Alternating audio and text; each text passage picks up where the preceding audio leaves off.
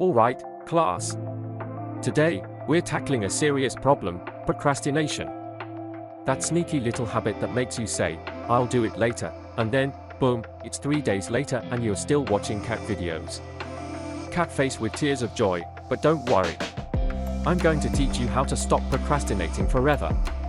Let's break it down in a simple way. Step 1. Understand why you procrastinate. Procrastination is not about laziness, it's about avoiding discomfort. Your brain doesn't like hard or boring tasks, so it tricks you into scrolling social media instead. It's like when you tell yourself, I'll just check one notification, and suddenly, it's 2 hours later and you know what your high school crush had for breakfast. Step 2. The 5-second rule.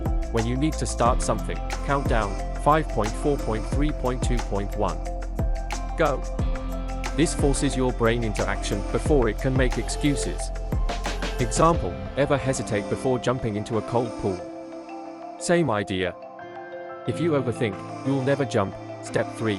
The 2-minute rule. If a task takes less than 2 minutes, do it immediately, like answering a quick email. If it's a big task, just start for 2 minutes. Your brain will say, well, I already started, might as well keep going. Example? Ever open Netflix just to watch one episode, and suddenly, it's season 3? Popcorn face with tears of joy. Use that logic for productivity. Step 4. Make it hard to procrastinate. Turn off notifications. Your phone is not your boss. Use website blockers. No more accidental 3-hour YouTube binges. Make tasks fun. Set a timer, race against it, and reward yourself. Final thought. Procrastination is just your brain avoiding effort. Trick it into action with small steps, and before you know it, you're unstoppable. Now, your first assignment, pick one task you've been avoiding. And start now.